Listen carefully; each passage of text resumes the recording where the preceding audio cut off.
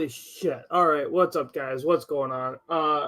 I'm Matt. I'm back with another episode of Holy Shit, because today was the NFL trade deadline, and there were a lot of moves made. We're going to go over them, as well as maybe talk about the World Series, which is happening right now. I'll maybe mention that here a little bit. Currently, the Phillies are up 7-0, so that's fun. Even though I'm not a Phillies fan, I don't think any of us are. Anyway, who cares? NFL trade deadline. So it started off, the days leading up, there was some pretty big moves made. And I'll go through all of them kind of rapid pace here, just so this video isn't super long. Let's see, NFL trades.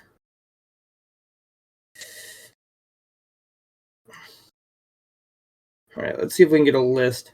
2022 NFL transactions on NFL.com. Thank you very much, NFL.com, for having this. All right, we want. I think they started in October. October. I'm not getting a good list here.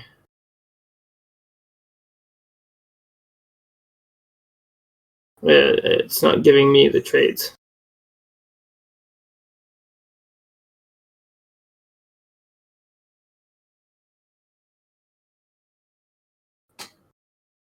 All right, that's not what I'm going to use. Let's see if we can get an actual list. This might just be the normal trade deadline. Anyway, I'm gonna just mention the two trades that I saw real quick earlier this week. Robert Smith and or Robert, is it Smith? I know it's Roquan Smith. I don't know if it's Robert Smith.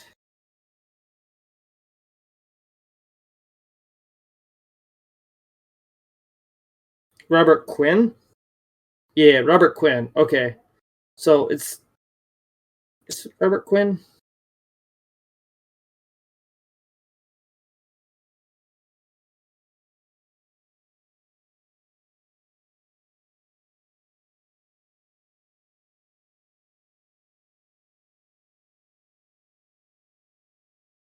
Okay, yeah.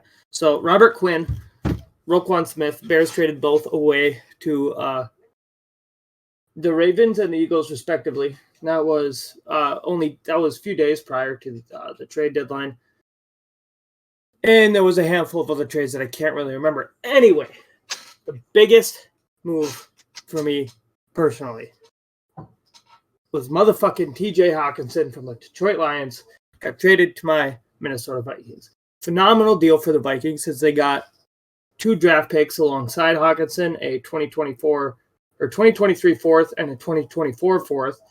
And we only gave up a 2023 second round pick and a 2023 third round pick, or fourth. Or 24. I think it's 23 third round. And we got 2 2024 picks alongside him, which is phenomenal. We might have gotten a 2023 pick. I don't even know. It's complicated. Regardless, motherfucking TJ Hawkinson is a brand new tight end of the Minnesota Vikings. And holy shit, I was so hyped this morning when I saw that. I was so excited. Not quite as excited as I was about Carlos Correa, but it's a whole different. That's a Chihuahua of a different color. Anyway, and that trade, first off, was just fascinating to me. And I did think the Vikings would do more. They didn't, but I'm more than happy with TJ Hawkinson. It really shores up the receiver problem we had. It gives us another deep threat, along with opening up the field for Justin Jefferson, Adam Thielen, KJ Osborne, and Dalvin Cook. You got to get one more big piece, or one more big piece, a deep piece, or a deep option away from really doing well and TJ Hawkinson has that ability. He has that ability to break away, get open, and he leads the league in yards after catch, which is you catch the ball and you run. And he's got about 15 or so yards after catch, which is insane. It's crazy, especially for a tight end. That's an issue that the Vikings have had for a very long time. We don't always get our yards after catch when we toss it to a tight end.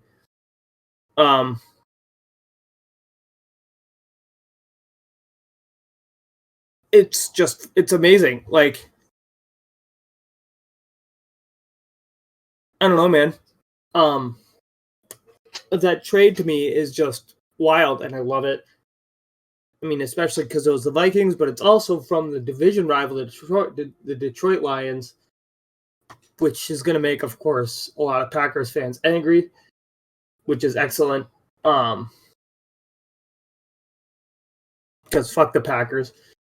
I know Adam would agree with me. Jesus, I can't talk right now. And Joe might agree with me as well. Regardless, just a phenomenal deal for a phenomenal player. A guy I have on my fantasy team as well. A guy I've had for a few years on my fantasy team now. Just a really solid player. He's been pretty good for me. He's been mostly a bench. But we're going to see what he can do with Kirk Cousins as his quarterback instead of Matt Stafford / Jared Goff. Both are good quarterbacks, but Kirk Cousins is better than both of them, I would say. Maybe not Matt Stafford after he went to LA, but still, this year, Kirk Cousins looks better than Matt Stafford and Jared Goff. I would say combined if he was putting up the stats that he was putting up, but currently not.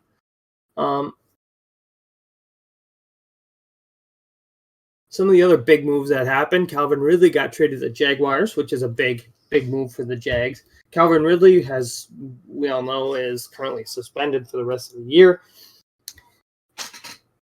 So he won't be used right away, but he will likely receive. He will likely be on the roster next year. He will likely be I can imagine a world where he's signed to a contract, and if he reaches some incentives on his contract or something, there's something involved in the trade where it's conditional. If it's on the roster, it's fourth round.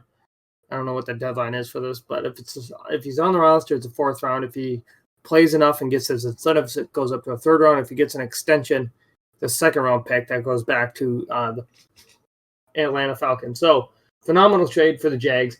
Very interesting with the draft picks. Very unique. You don't really see it often. Very talented receiver with some off-the-field issues. So I personally hope, I think he's a stud, so I do hope that he'll be back and ready to play next year, and hopefully his off-the-field issues are behind him. As, again, the dude looks like a beast. And playing with Trevor Lawrence could be a huge boost. That could be a huge boost for Trevor Lawrence. But also just that offense in general. Like, the Jags don't have a very good offense right now. They're pretty bad. They do need some weapons, and Calvin Ridley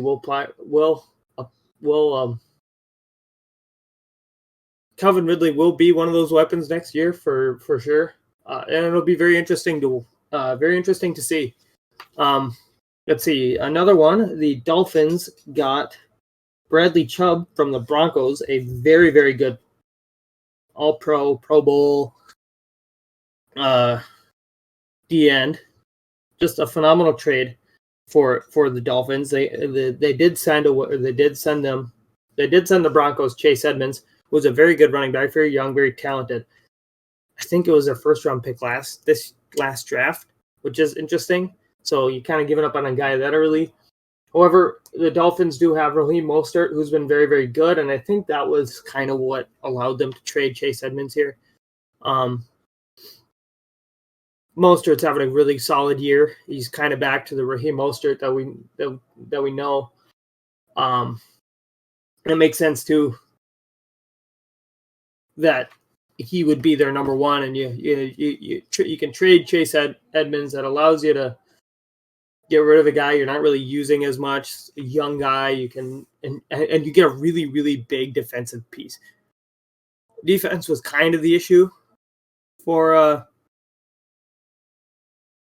the Dolphins this year, outside of Tua being hurt. The defense has kind of blown some games for them. Not really to the point where they're guaranteed to lose, but to the point where I think they've lost a few of Tua's starts. But phenomenal pickup by them. Bradley Chubb is a stud. Looks like he's going to be very, very good. 49ers, kind of a minor move here, sent veteran running back Jeff Wilson Jr. to the Dolphins. So they did replace Chase Edmonds, which is a very interesting trade. Not really one that's super high profile, nor that I really care about. Interesting, though, that the Niners would send McCaffrey's backup away to the Dolphins. However, I guess the running back situation there is a little better than I expected behind McCaffrey. So that's interesting. Steelers traded for cornerback William Jackson. Not really a trade to, lose your mind about. William Jackson's a fine corner for Washington. Bills did acquire a really good piece in Nyheim Hines. The dude looks like a stud. He's been in my fantasy team, he's been on my fantasy team, and he's put up good points. But he's going to be very, very good in a starting role for the Buffalo Bills, who are desperate for running back. This honestly might make them the best team in football. If the Eagles weren't undefeated, if the Eagles fall off a little bit here in the next few weeks, maybe they lose a game or two. Of course, the Bills are going to be considered the best team in football. Already looking like there's three definitive top teams right now, for sure, top offenses. And I would put them, if you're talking teams in general, I'll still put the Vikings there because I'm a bias, call it bias, whatever. I don't care. Top teams in football right now, Eagles, obviously still undefeated, Bills, and Vikings. Also who happen to be the top three offenses. If the Vikings can show up the defense a little, it's going to be crazy. So, yeah, that's a big move for the Bills. And going back to the Colts was Zach Moss, which is a very good backup for Jonathan Taylor. So it'll be very interesting. The Bears got Chase Claypool for a second-round pick, which is a massive overpay on the Bears' part. Granted, the Steelers didn't really want to trade him, and they saw the deal, and they said, yeah, we'll take a second-rounder because you kind of can't pass that up. So it's a dumb move on the Bears' part because I don't think Chase Claypool is worth a second-round pick. Regardless, it's still a solid trade for the Bears, getting a really talented wideout, good, fast trade.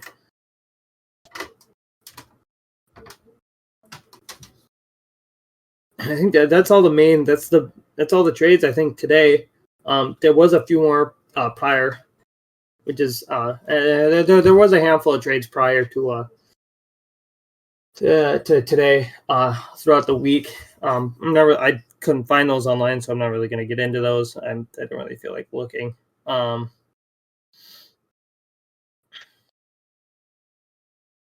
yeah, no, it's been a very interesting day. So I just dropped my phone. We're gonna go back to the TJ Hawkinson trade. I fucking love this move. You guys have no fucking idea how much I love this move. TJ Hawkinson is such a good deep threat. He's such a good blocker. He's the best of both worlds, with Irv Smith Jr. getting hurt and possibly playing his last game in Minnesota. Not to mention the fact that they have a very reliable blocker in Johnny Munt. So if Hawkinson isn't quite the blocker we see him as, Johnny Munt can always step in. Johnny Munt has been very solid for us. Hasn't really been tight end has been more of an issue than I think people realize. Tight end is a very good position for it's a solid position for the Vikings, or it was with the receiver type you got the receiver type in Irv Smith Jr., who had okay year prior to, or who's had an okay year prior to his injury, but hasn't really been the player we think he is. I don't think he really fits the scheme very well. I think he's more a receiver he's more of a wide receiver in the tight end's position. I think he would be a very, very good receiver if he can stay on the field. I think that's his true. I think that'd be more of a more natural position for him. as. He doesn't have to block as much. He doesn't have to take those hard routes. He doesn't have to get hit so hard and get buried by, big tight ends on those cross routes. So I do think he'd be a better receiver than tight end. Regardless, I don't think Irv Smith is going to last or is going to be in a Minnesota Vikings uniform next year, which is kind of sad because I was really hoping that kid was going to be good. But now we have TJ Hockenson. And that solves a litany of problems with the Vikings offensive scheme right now. As I was saying before, we don't have a true deep threat. I was hoping we were going to get like Brandon Cooks or another big name receiver that's known to be a very good deep threat. We have Justin Jefferson, we have KJ Osborne, we have Adam Thielen, and Jalen Reagor can provide a little bit of speed if he needs to, and he can be kind of a deep threat as well. But he's been he's been relegated to more of a running back kind of role, like a wing back almost, like in high school, or a wide back. I don't really know what you'd call him. More of a running back kind of role, just a speed mostly, kind of like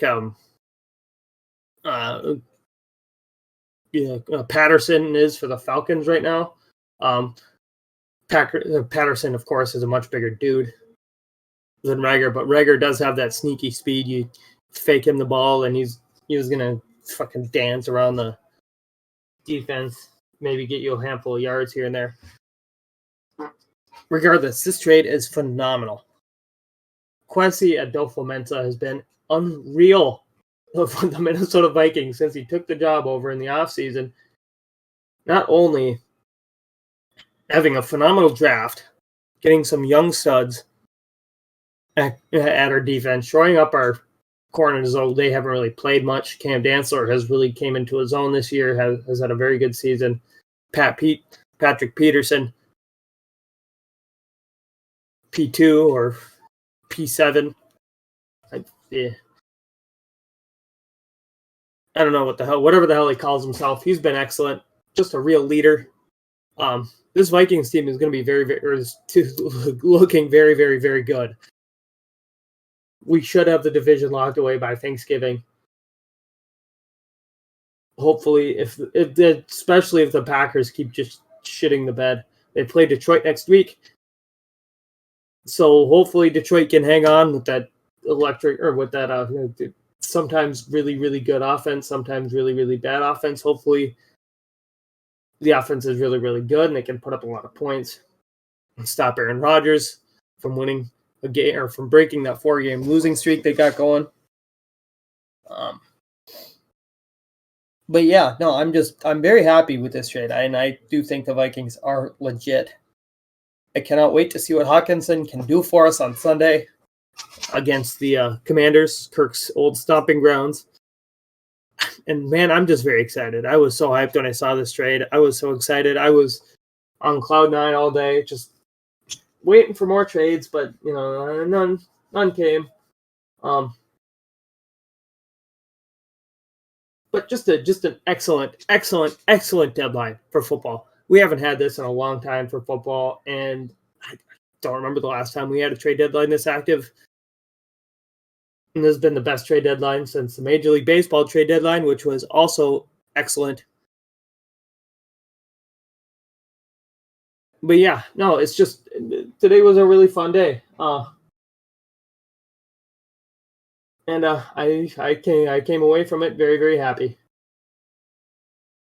With that said, I hope you guys did enjoy this edition of Holy Shit, the news show that I do sometimes when cool shit happens in sports. And maybe I'll do some for a video game or something sometime. I don't know. Anyway, I hope you guys did enjoy it. I will be setting up a new Redbubble store. It's not up yet, but I'll be setting it up. It might be set up by the time this is out. I'm actually going to go work on that here pretty quick. So if you want to see more, or if you want some merch, head to Redbubble. I would guess it's just going to be called CyberTwits. I don't really know how Bubble works, to be honest. So we're going to explore that. But It should be great. The link will be in this. The link will be in the description for that. And yeah, going to be some new merch. I'm going to design some Ballpark merch, and I am very excited. I will be designing a holy shit shirt as well, which would be a very, very cool shirt. So if you are watching this and you do decide you want some CyberTwits merch, please head over there and purchase some. Like I said, thank you all for watching. Please subscribe, and I'll see you guys. Catch you guys on the flip side.